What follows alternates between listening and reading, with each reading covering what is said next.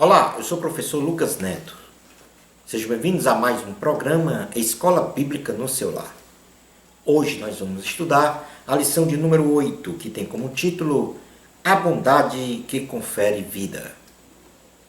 Dentro deste tema nós vamos falar sobre 3 assuntos. O primeiro deles será bondade, o firme compromisso para o benefício dos outros. Em segundo lugar, vamos falar sobre homicídio, a destruição do próximo. E em terceiro e último lugar, vamos falar sobre somos bondosos e misericordiosos. Vamos então dar início à nossa aula de hoje. A bondade, como fruto do Espírito Santo, possui uma interface relacional com a prática de se fazer o bem ao próximo, segundo o nosso ilibado caráter, boa índole e humanidade. Por outro lado, o homicídio se caracteriza por tirar a vida de uma pessoa e, segundo a palavra de Deus, ninguém pode tirar a vida de seu próximo, sendo esta apenas uma prerrogativa de Deus em dar e tirar o fôlego de vida de uma pessoa. Nesta presente lição estudaremos sobre a bondade e o homicídio, quanto à sua definição, suas características e como sermos bondosos e misericordiosos em nossa vida cristã piedosa. Item número 1 da lição: bondade, firme compromisso para o benefício dos outros. Definição de bondade como fruto do Espírito Santo.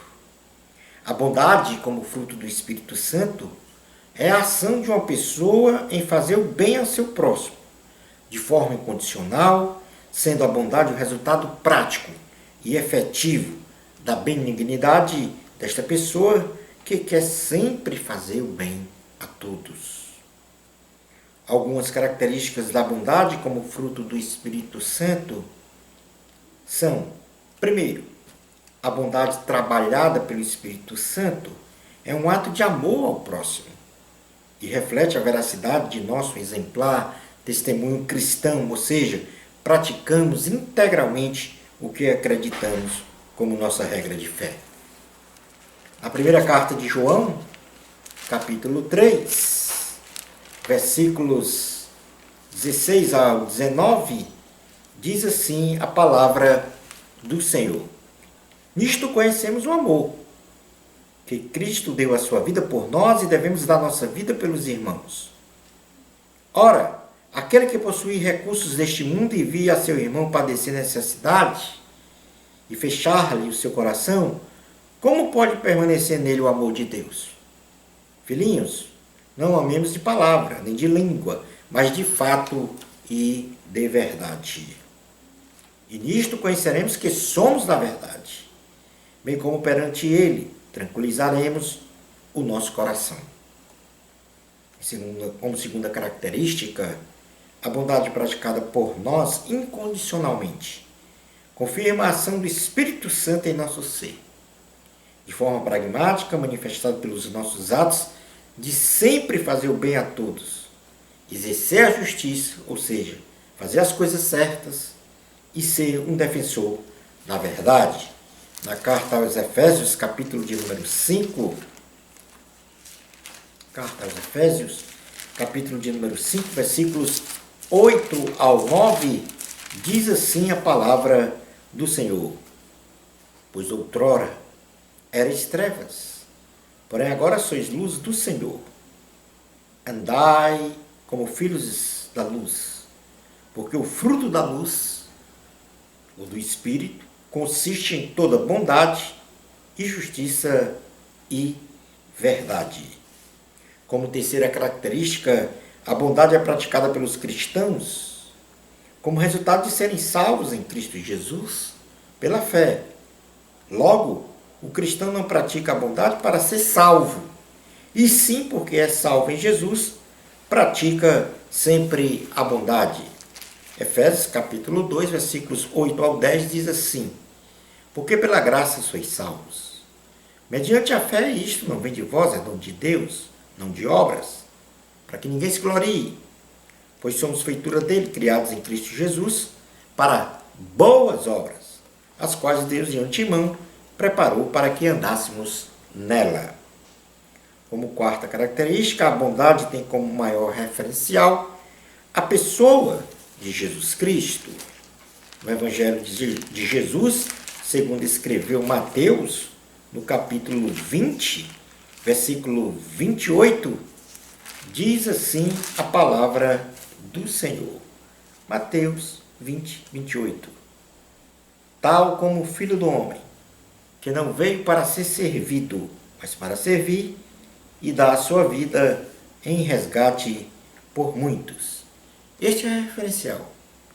Cristo veio para servir e não ser servido.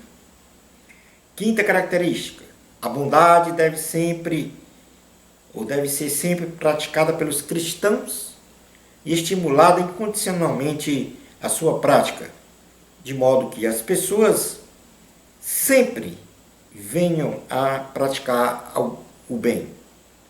Na carta aos Hebreus, capítulo de número 10, carta aos Hebreus, capítulo de número 10,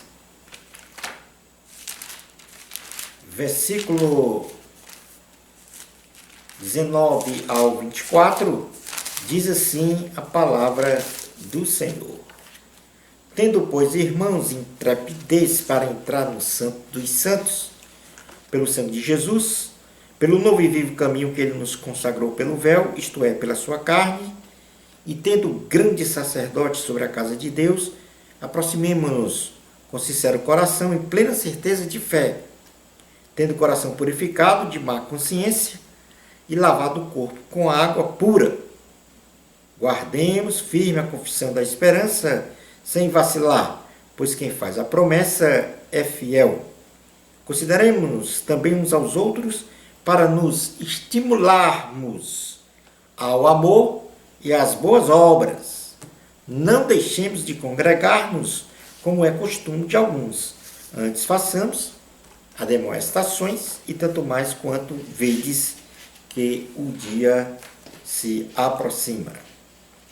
A bondade, como sexta característica, deve ser exercida de modo especial no convívio dos irmãos em Cristo, bem como no seio da família.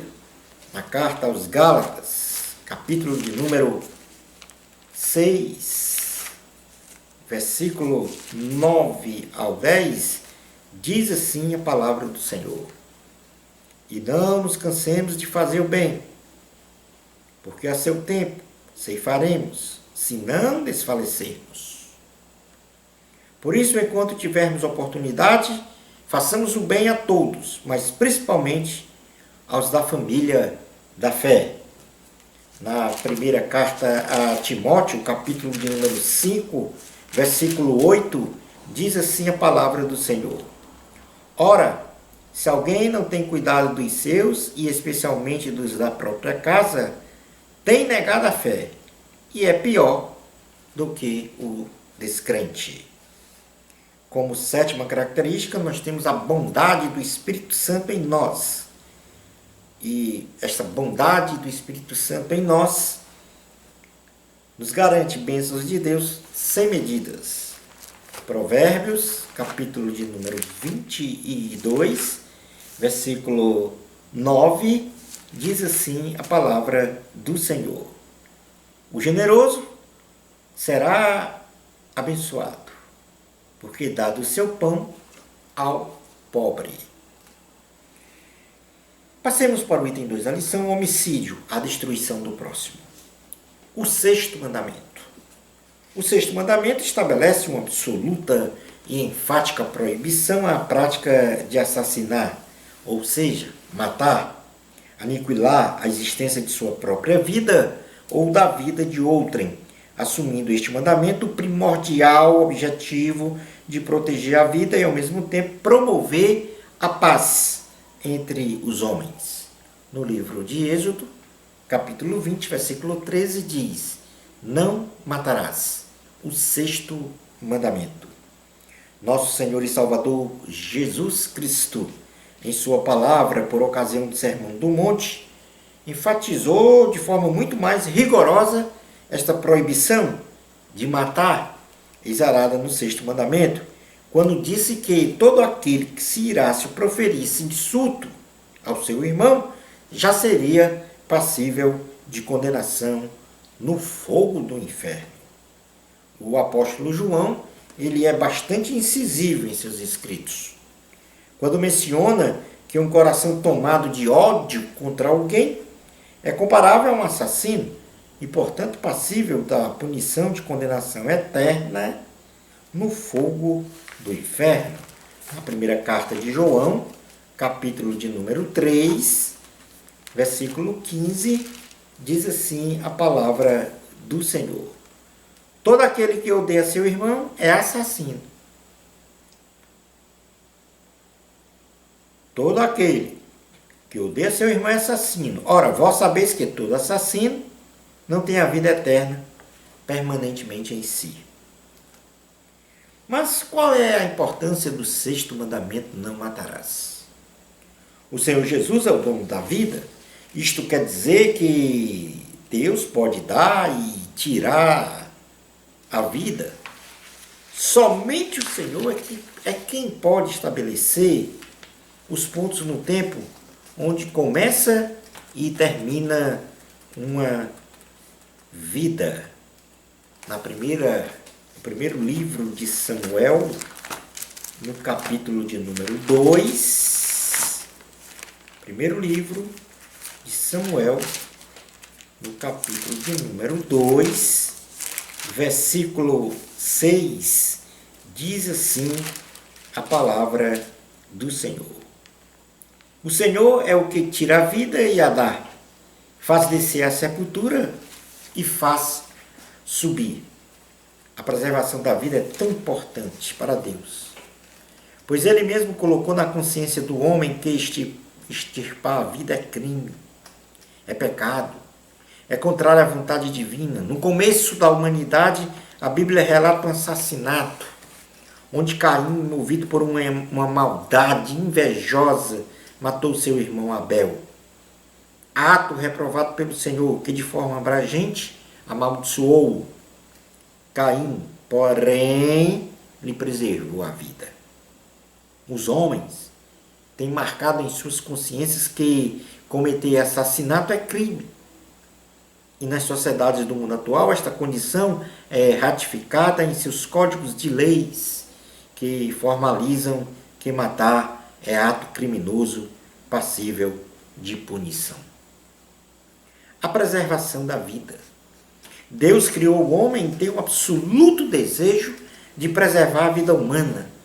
E é apenas prerrogativa do Senhor Jesus dar e tirar a vida. Porém, quando homens se arvoram a definir o fim de uma vida, é inconteste que eles transgridem, primeiramente, o sexto mandamento da lei de Deus: não matarás, e também as leis dos homens.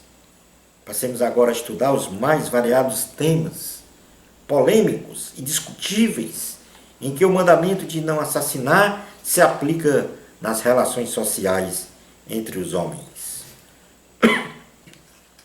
O aborto. O aborto é um crime hediondo praticado por covardes que aniquilam uma vida inocente, sem qualquer capacidade de defesa, pois, segundo a palavra de Deus, a personificação de um ser humano já existe até mesmo antes da concepção, refutando qualquer insinuação de que um óvulo fecundado por ocasião da concepção ainda não tem a alma da vida humana. No livro de Jeremias, capítulo de número 1, versículos 1 ao 5, diz assim a palavra do Senhor. Palavras de Jeremias, filho de Uquias, um dos sacerdotes que estavam em Anatote, na terra de Benjamim. A ele veio a palavra do Senhor nos dias de Josias, filho de Amon, e rei de Judá, no 13º ano do seu reinado, e também nos dias de Jeoaquim, filho de Josias, rei de Judá, até o fim do ano 10º de Zedequias, filho de Josias, rei de Judá, e ainda até o 5º mês do exílio de Jerusalém.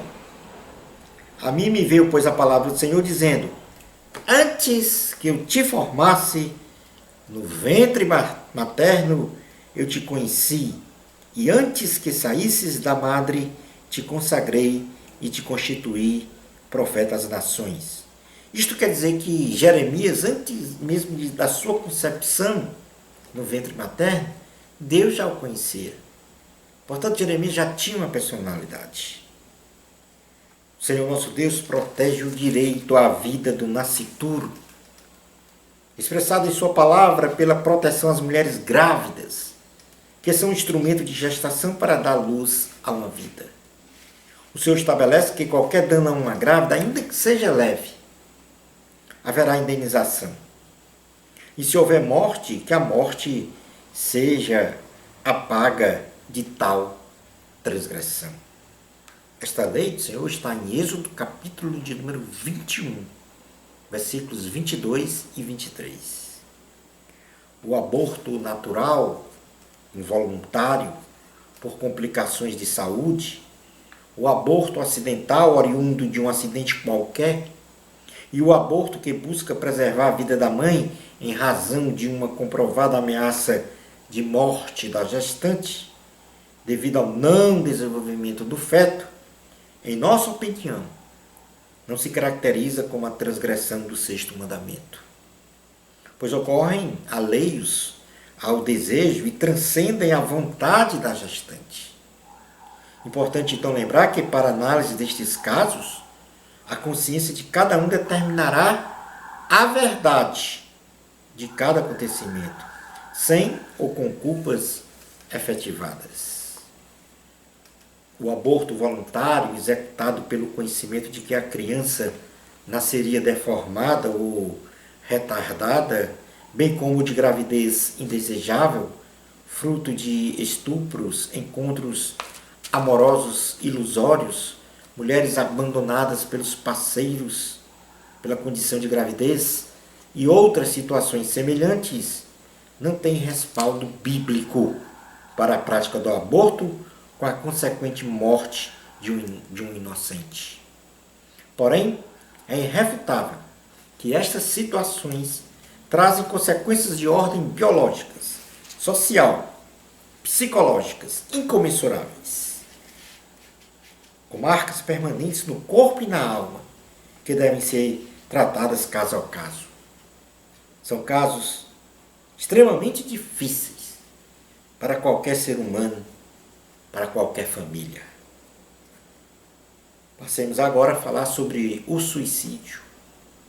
O homem, ao aniquilar sua própria vida por meio do suicídio, caracteriza sem dúvida nenhuma a transgressão do sexto mandamento: não matarás.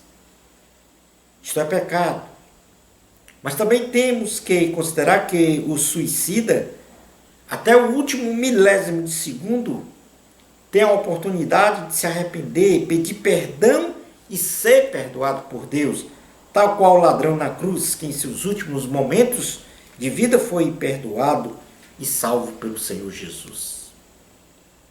Não temos como declinar a opinião certa sobre as pessoas que se suicidam fora da sua plena consciência, desprovidos da razão, em estado emocional fora de controle, pois não temos na essência qual é o domínio destas pessoas sobre si e de julgamento sobre o que é certo ou errado. Ao Senhor caberá julgar estes atos fora da nossa capacidade humana de discernir. Muitos acreditam que Sansão cometeu suicídio e por isso transgrediu o sexto mandamento. Guardadas as devidas proporções, Jesus, na cruz do Calvário, não cometeu suicídio, deixando-se ser morto, mas se sacrificou para o bem e salvação de toda a humanidade. Sansão teve uma morte de sacrifício para o bem de seu povo contra os filisteus que assolavam Israel. Deus não é a favor do suicídio, pelo simples fato de que homens de Deus sugeriram ao Senhor para tirar-lhes a própria vida. E ao contrário deste desejo, o Senhor não atendeu a nenhum deles. pois não cabe ao homem determinar nem um dia e nem a hora da cessação da sua vida, mas sim a Deus. Um exemplo disso foi Moisés, pediu a morte dele, mas Deus não deu a morte. Elias pediu para morrer, mas Deus não permitiu que Elias morresse. Jonas pediu para morrer, mas Deus não permitiu que Jonas morresse. Naquele instante do tempo de vida de cada um destes servos. Falamos do aborto, do suicídio, vamos falar agora um pouco da eutanásia. A eutanásia, em seu significado etimológico, quer dizer boa morte, induzida por vontade própria do doente, sem perspectiva de vida, quando está consciente, ou vontade alheia, quando o doente, desenganado pela medicina, sofre sem consciência plena e não tem o poder de decidir pela sua vontade. A eutanásia se caracteriza por uma ação extrema, onde se acelera a morte do doente, exterminando a sua vida e, por consequência, os seus sofrimentos físicos, quer seja por ação direta, através de elementos farmacológicos, indutores ou aceleradores da morte, ou desligamentos de sistemas de sustentabilidade da vida ligados ao paciente. A eutanásia, à luz da Bíblia Sagrada, é reprovável, é assassinato e implica na transgressão do 6º mandamento. Não matarás, pois acreditamos que não existe ética moral em matar por ato de misericórdia para cessar sofrimentos, mesmo porque a medicina tem avançado nos métodos de alívio de dores, dos sofrimentos físicos, sem ameaçar a existência da vida. E também não podemos esquecer que temos um Deus poderoso que, se Ele quiser, levanta aquele que está na sepultura.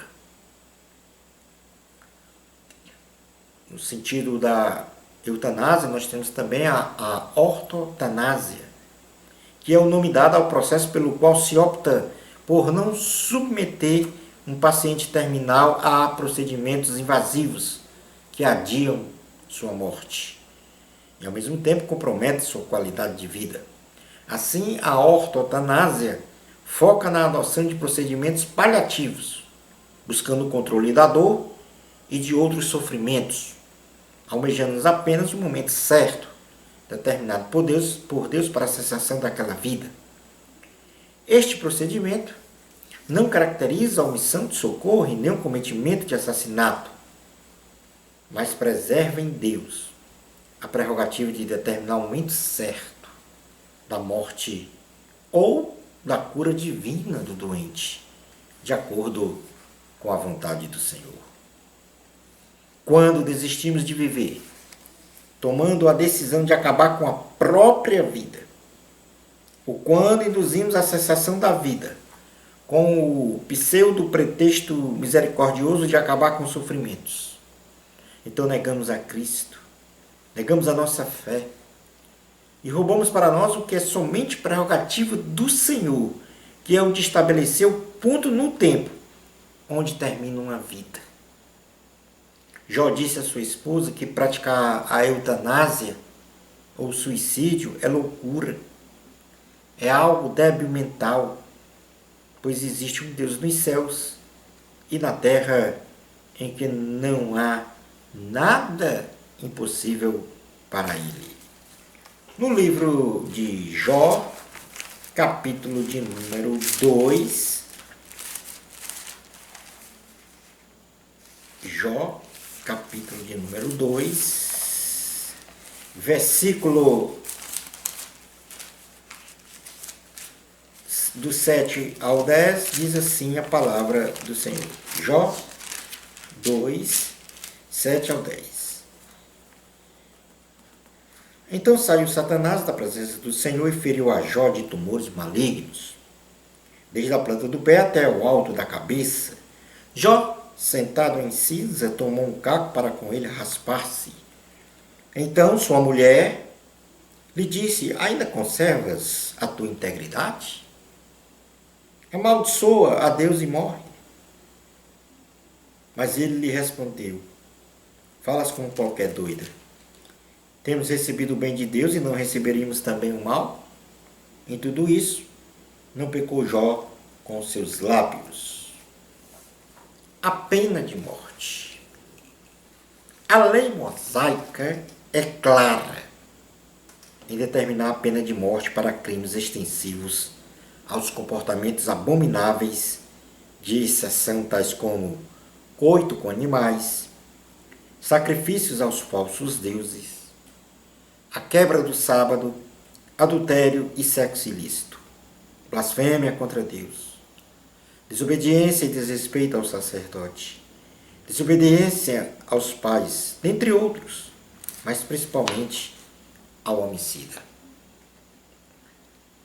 Este respaldo bíblico para a pena de morte no Antigo Testamento deve-se pelo fato de que Israel vivia sob a tutela de uma teocracia, governo soberano do Senhor, onde as leis eram dadas pelo próprio Deus aos homens, através de Moisés, interpretadas e executadas conforme a vontade de Deus, que é o único que pode dar e tirar a vida dos homens, inferindo-se neste contexto que não há transgressão do sexto mandamento. No contexto histórico, considerando que as nações não adotaram o Estado teocrático para sua forma de governo, não cabe aos homens estabelecer leis com punições de pena de morte com respaldo bíblico, pois não é prerrogativa do homem tirar a vida de ninguém. Nesta condição, Deus delega apenas aos homens o uso da força, se necessário for, para o cumprimento das leis justas. Logo, o máximo que o homem pode fazer para casos que julgar de exceção é estabelecer punições severas aos infratores, para no máximo chegar à prisão perpétua, mas sempre com a visão de recuperação, socialização e transformação do preso pela pregação da palavra de Deus. Somos contra a pena de morte. Somos contra a pena de morte, mas a favor de penas punitivas, extremamente severas, como forma de disciplina. Falemos agora um pouco sobre guerras e salvaguarda da própria vida. Desde a criação, o homem, após o seu decaimento espiritual, aflorou o seu estado beligerante de guerrear por algum motivo, seja por território, riquezas, motivações políticas, ou até mesmo motivos pífios e insignificantes. A consolidação do pecado, entranhado no ser humano, o leva a rejeitar Deus e prosperar todo tipo de mazela social. Dentre elas, a guerra, que ceifa milhares e milhares de vidas inocentes. O ato promocional de guerras infringe pecaminosamente o sexto mandamento: não matarás. O ato promocional de guerras infringe pecaminosamente o sexto mandamento: não matarás. A guerra incorre em violência, injustiça, perversidade, atrocidades, afronta à dignidade humana, fome, crimes sexuais, banalização da vida, e tudo isso é lixo do pecado e abominável diante do Senhor. Somos contrários à guerra, pois esta perpetua um estado de insanidade, de intolerância, de idolatria a homens, de fundamentalismo religioso, onde em muitos casos se mata em nome de Deus. A guerra é pecado e deve ser rejeitado pelo cristão.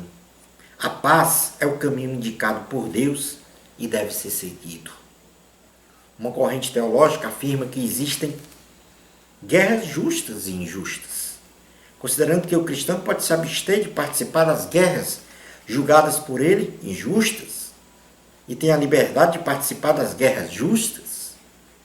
Não pensamos assim, pois toda guerra é injusta, especialmente pelos resultados advindos da beligerância, cujo elemento culminante são as mortes.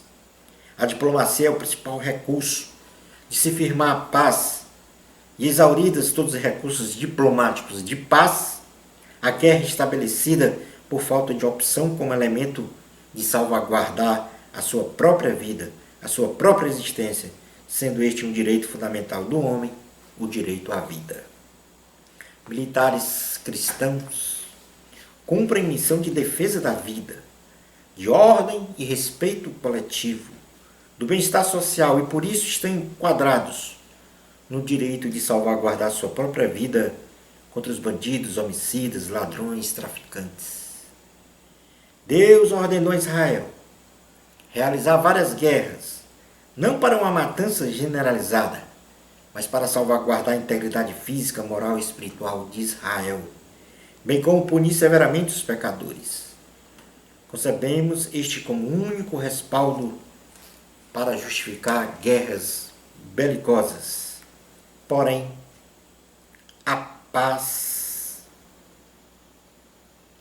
é o recurso para se evitar guerras. A diplomacia, a negociação, o entendimento. No Antigo Testamento, o homem que cometesse um homicídio doloso, ou seja, com a intenção premeditada de matar, receberia a pena capital de morte. Já no homicídio culposo, isto é, quando uma pessoa mata a outra sem intenção de matá-la, as cidades refúgio eram o lugar de punição dos infratores. Nos dias odiernos, temos o parâmetro de que aquele que mata será julgado e punido pelo Senhor. Mas também existe o balizamento das leis humanas, que estabelece punições segundo cada situação, após um longo processo de investigação e julgamento, de acordo com as características políticas, sociais e religiosas de cada nação.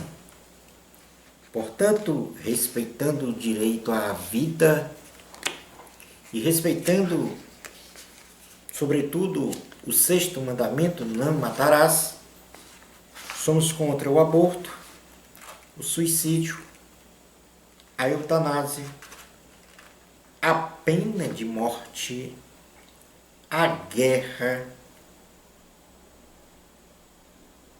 em todo e qualquer sentido.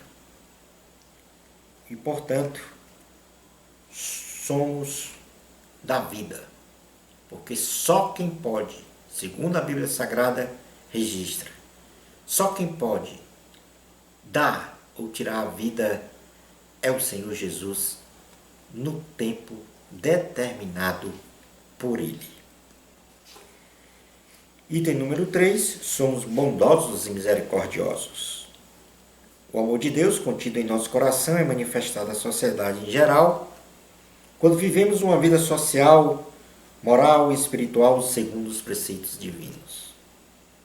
As boas obras são exemplos frutíferos da nossa fé e da nossa bondade e misericórdia que habita o nosso coração.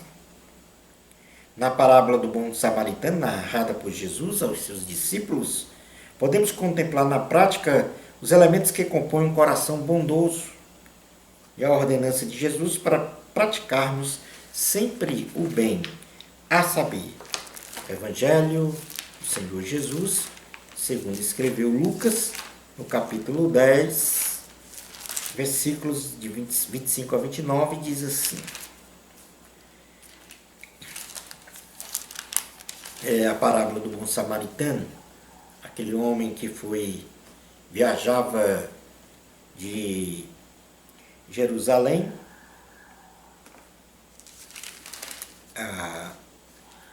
para Jericó e foi assaltado.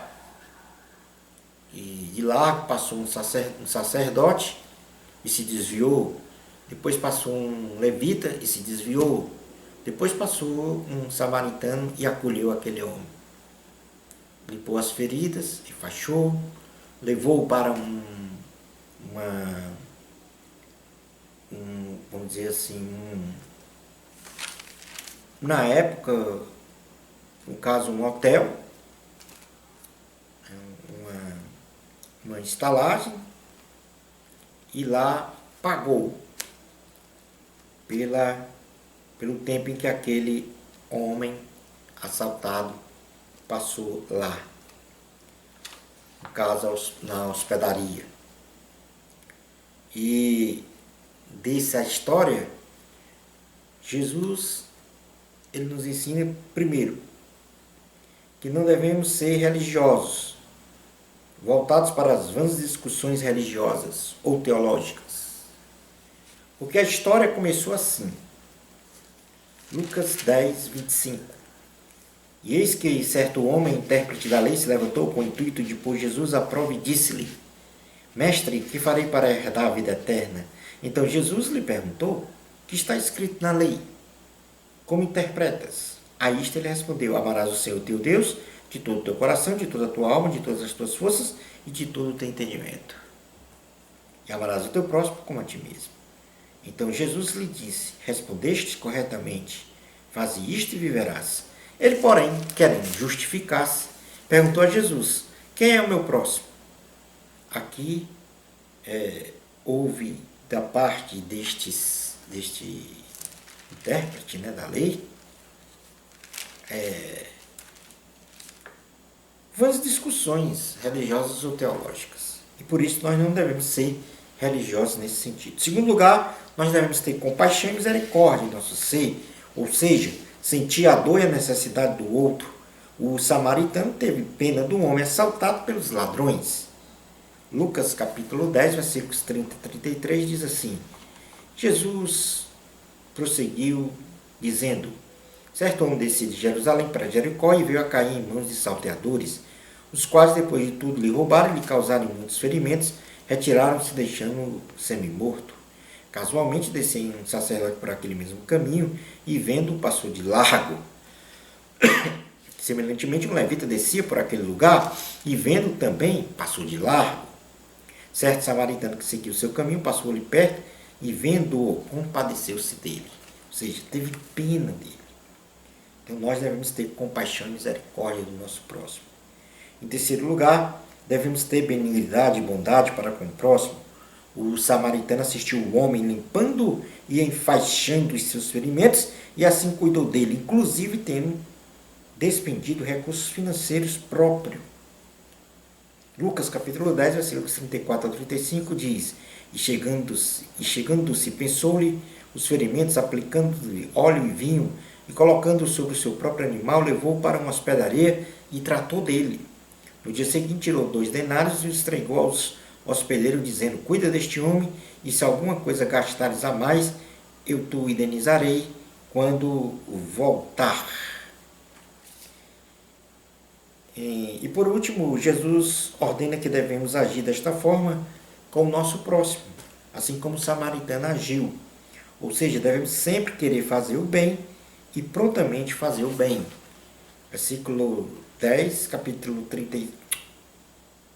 10, versículos 36 e 37, melhor dizendo, diz: Qual destes 3 te parece ter sido próximo do homem que caiu nas mãos dos salteadores?